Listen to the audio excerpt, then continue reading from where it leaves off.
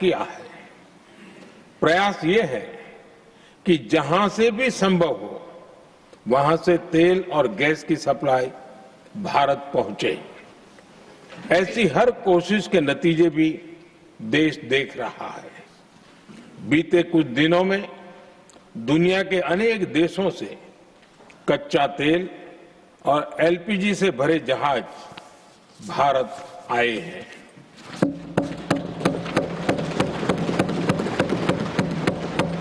इस दिशा में हमारे प्रयास आने वाले दिनों में भी जारी रहेंगे। सभापति जी, भारत का प्रयास है कि तेल हो, गैस हो, फर्टिलाइजर हो, ऐसे हर जरूरी सामान से जुड़े जहाज भारत तक सुरक्षित पहुंचे। लेकिन इस युद्ध से बनी वैश्विक परिस्थितियां अगर लंबे समय तक बनी रहती है तो गंभीर दुष्परिणाम तय है। इसलिए भारत ने अपनी रेजिलियंस बढ़ाने के लिए जो भी प्रयास बीते वर्षों में किए हैं उनको और गति दे रहा है।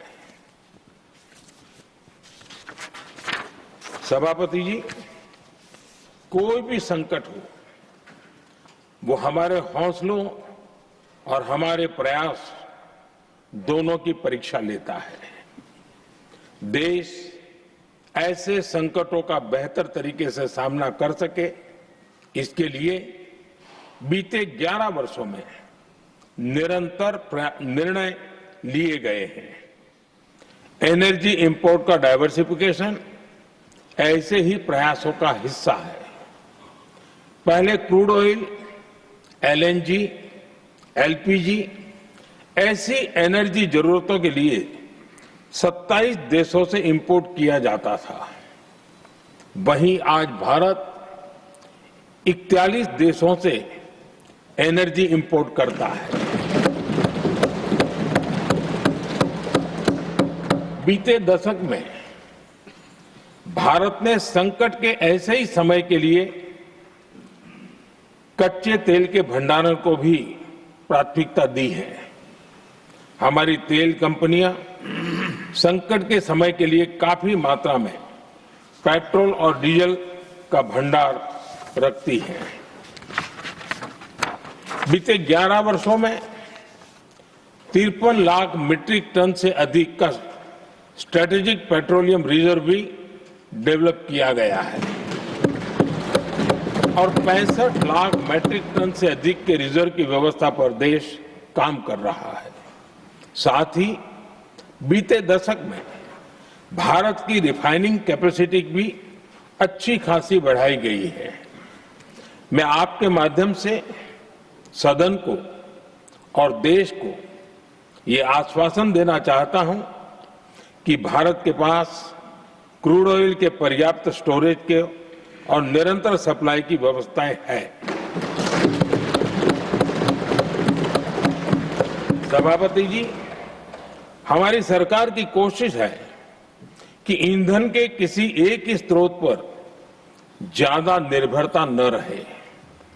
सरकार घरेलू गैस सप्लाई में एलपीजी के अलावा पीएनजी पर भी बल दे रही है।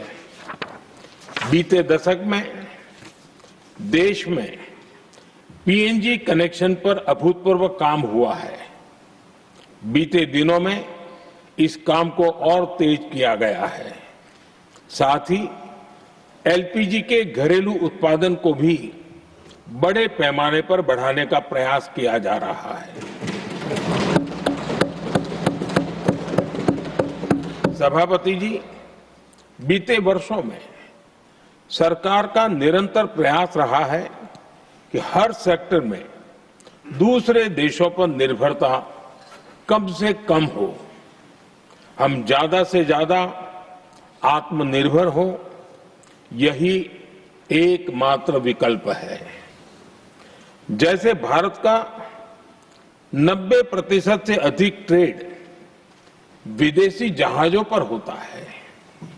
ये स्थिति किसी भी वैश्विक संकट में भारत की स्थिति को और भी गंभीर बना देती है।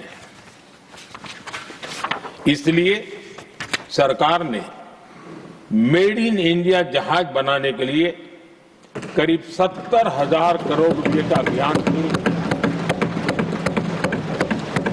भारत आज ship building, ship breaking, maintenance and overhauling ऐसी हर सुविधा के निर्माण पर तेज गति से